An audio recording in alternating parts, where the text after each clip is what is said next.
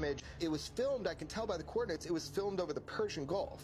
It's called the chandelier because if you lay down at your dining room table and look up at your chandelier, it looks just like that. It's very thin, and the object does not circulate on its own. It is going in very small circles. So what was the most impressive thing to you about this video, which the world has not seen yet?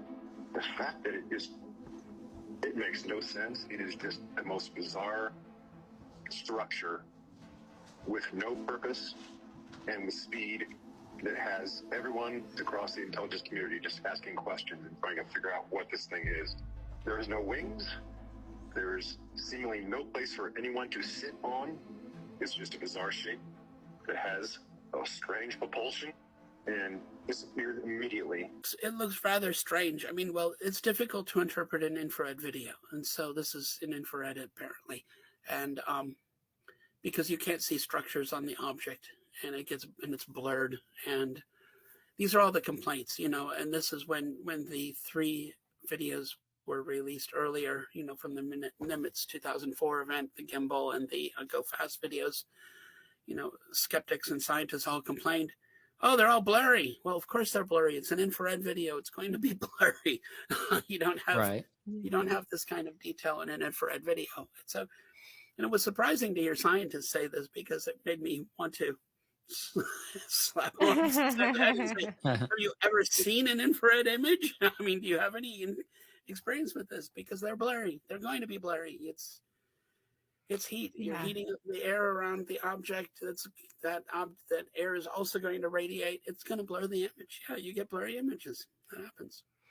And that happens with other imagery of UFOs too. Photographs that people take in the visible range. There's often blurry.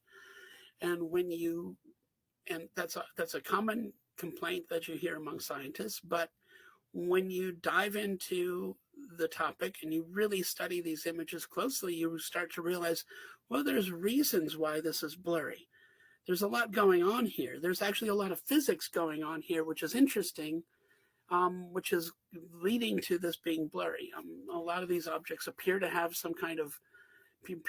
ionizing the air and creating some kind of plasma sheath around the object. So that blurs the object. Some of them are clearly distorting the background. In the Aguadilla case, where you had the several foot long sized football shaped objects fly over the airfield in Aguadilla, Puerto Rico. Yes.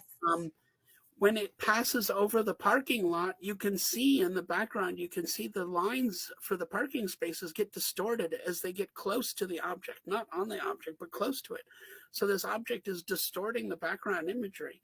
And why is that happening? We don't know. That's something I would like to try to study at some point, but it would be nice to have multiple videos of this to study. You could imagine if the object's, you know, in that case, the object's hot.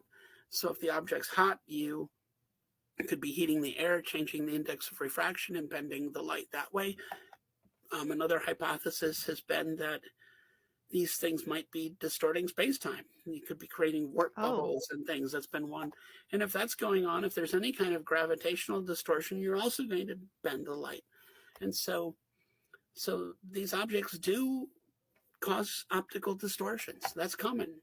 And it's not that people just take blurry images of UFOs. No, there's actual physics here, and we can learn things from the physics. I mean, and I find that rather disappointing when I hear scientists say that, because it's like, as a scientist, you should know better.